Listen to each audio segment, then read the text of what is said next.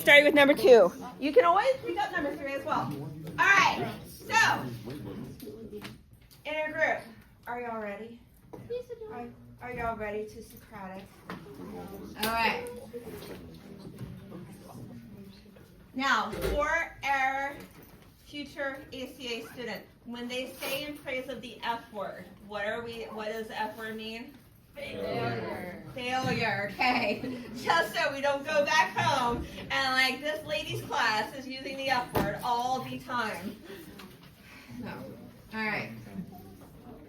So, number 2, what do the readings suggest about the standards of education? For example, grade inflation in 2 years are better than 4. It might provide contrasting views on the rigor and value of different educational paths.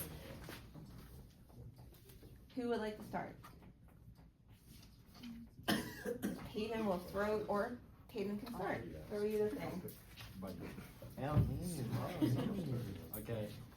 So to start, I would say that the standards of education is on the decline. And I look at the reading of grade inflation because grade inflation is kind of like it's showing that the students need to put in less work in order to succeed in education. And they're doing less to actually prepare them for the future, I would say. I also think with the lower standards, it becomes higher standards with teachers and administrators. As one lessens, one gets higher, so lenient grading, which means more grading for teachers because you need more grades and you have lower, I don't know. But I think it's like a balancing game where standards need to be balanced between parents, students, teachers, administrators, and it's not balanced between teachers and administrators. I mean, I also think that with the 2 years are better than 4, how 2 years of education can be considered, I guess, good. I mean, not necessarily good, but the whole article is talking about how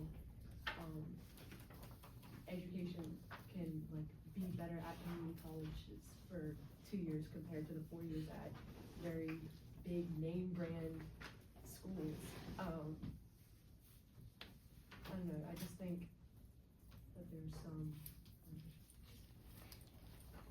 I think also in high school, especially like in the praise of the F word, where they say, like, why don't you move my son? And then she's like, I'll just fail him.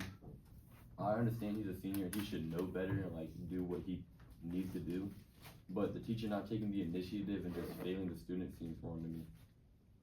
Yeah, but it's also like, it's also the student's job to kind of like be on top of his own grades and to like, he needs to take initiative in his part, because it's him who's being distracted in class, and it's him who is just like continuing to not care about his grades until he ended up failing, and that's when he obviously started caring.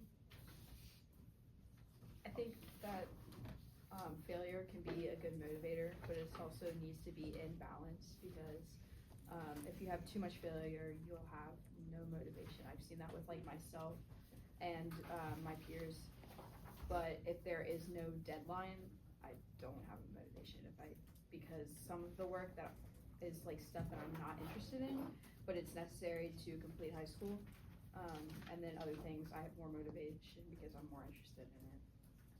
Yeah, I think like people mostly do assignments just for the grade and not to actually learn the material, just because they want to get like an A on something and because it'll show up on a diploma that you got a good GPA instead of actually learning what you're being taught in class. Yeah, but in the TED Talk, Sam Levin talked about how the more independent students do better.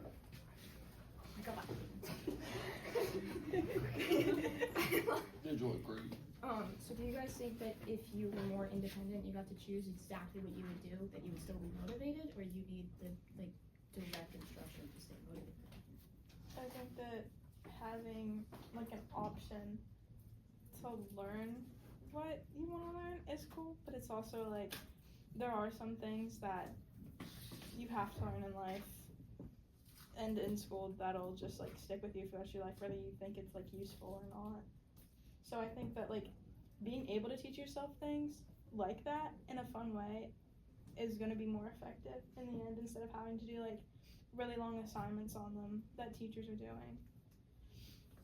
You also have to account for less